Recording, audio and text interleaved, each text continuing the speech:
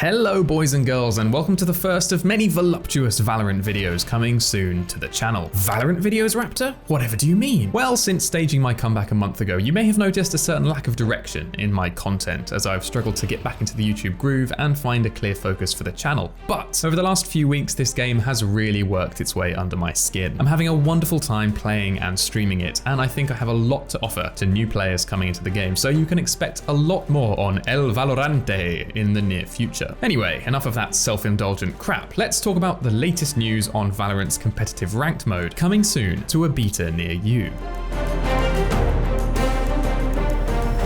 In a blog post yesterday, Riot devs Bright Eyes and Drivarius revealed all the details of Valorant's upcoming ranked mode, including the ranks themselves, the progression system, and full details of how the matchmaking will actually work. Up until now, the only available mode in the beta has been unrated, which is great whilst everyone's learning the game and ironing out any major kinks. But Valorant is of course designed to be a highly competitive game at its core, so the ranked mode is where the fun really begins. First off, you'll need to complete 20 unrated matches in order to unlock competitive mode. If you've been playing the beta for the last couple of weeks, you'll probably have already done this, but this is a pretty standard mechanic across other competitive titles, designed to ensure that even in lower ranked matches, you won't be playing with any completely fresh-faced players, and everyone should have at least a basic grasp of how to play. In terms of mechanics and rule sets, competitive and unrated are identical, the only difference being the inclusion of rank-based matchmaking restrictions, which we'll come onto in a second. According to a tweet from Jeff Lander, we can expect the mode to land in the beta sometime next week. The ranking system is split into 8 main ranks, each with 3 tiers, except for Valorant, the highest rank it's possible to achieve in the game. As you can see, it's a pretty standard naming system ranging from Iron to Diamond and Immortal, although I have to say it's an odd choice to call the highest rank the same name as the game itself. Hey dude, what rank are you in Valorant? I'm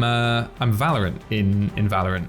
Dude. Anyway, with 22 ranks in total, this makes for a slightly more granular system than CSGO, which only has 18. When queuing with up to 5 friends, you can have players in your party up to 2 whole ranks or 6 tiers apart, meaning a Valorant player could theoretically play with someone as low as Diamond 1, or an Iron 1 could play with a Silver 1. They would not be able to play with a Silver 2 or 3, however. Again, this seems fairly standard. In CSGO, maximum rank disparity is 5, but with fewer overall ranks, it works out to be about the same. They also explained that the matchmaking algorithm will try to match similar party sizes together, so just be aware that if you're playing with friends, you're much more likely to come up against other full teams. Whilst I've seen others criticizing this, I for one am fine with it. Unrated is right there if you want to kick back and have fun, but when it comes to ranked games with the boys, the sweatier the better. What's really not fun is solo queuing against 5 stacks, which this should help prevent. Next is how your rank is actually calculated and why it will go up or down. I think it's absolutely brilliant that Riot are sharing this information so early on, because game devs usually keep these details under lock and key, leaving a frustrated community to guess at how the system actually works. In Valorant, like every other main competitive title, the primary factor in deciding and determining your rank is winning or losing matches. Win more, you rank up; lose more, you derank. Pretty standard stuff. Here's where it gets interesting though. Your personal performance will also be taken into account. This means that even if you lose, you might salvage your rank by fragging out at the top of the scoreboard, and vice versa. It'll make it slightly harder to be carried to a high rank by your good friends if you're a total bot. There are a few pros and cons to this decision. On the one hand, it makes smurfing and boosting harder, but far from impossible. But on the other hand, it rewards selfish players who go for the frag versus support players or entry fraggers who play a key role in their team, but are far less likely to finish matches with impressive stats. It's worth noting, however, that whilst personal performance will play a bigger role in calculating your initial placement, the more you play and progress through the ranks, the less impact this will have. This culminates at the Valorant rank, where the only factor in deciding rank will be wins and losses, plain and simple. Finally, the system will also factor in how decisive your wins or losses are, which is a really great addition. This incentivizes the losing team to keep trying and make the game as tight as possible rather than just tilting and throwing in the towel. And it encourages winning teams to never take their foot off the gas or coast to a narrow victory. The only other thing to mention is what happens to your rank if you take a break from the game, and this is possibly my favorite detail. If you don't play comp for 14 days, your rank will no longer be displayed, but your rank will not decay behind the scenes, and crucially, from the way the article was worded at least, you will get your rank back after playing just 1 match. Playing, not winning. This has been a constant source of apoplectic rage for me in CSGO, where I would lose my rank after a period of inactivity and be forced to solo queue until I won just so I could play with my friends again. I'm frankly over the moon to see Riot go in this direction. As for the rank you achieve in the beta, this will not carry over to the full game and and will be reset. So there you have it, a whole bunch of info to get you excited for Valorant's ranked mode coming next week. Let me know what you think about the decisions they've made and the ranks themselves. I, for one, am absolutely chomping at the bit and can't wait for that crushing disappointment of being ranked lower than I think I deserve. If you're new here, then hit that subscribe button and ding the bell for notifications, and consider coming over to my Twitch stream where I'm live every Monday, Wednesday, and Friday. Thanks very much for watching, folks. I'll see you on the next one.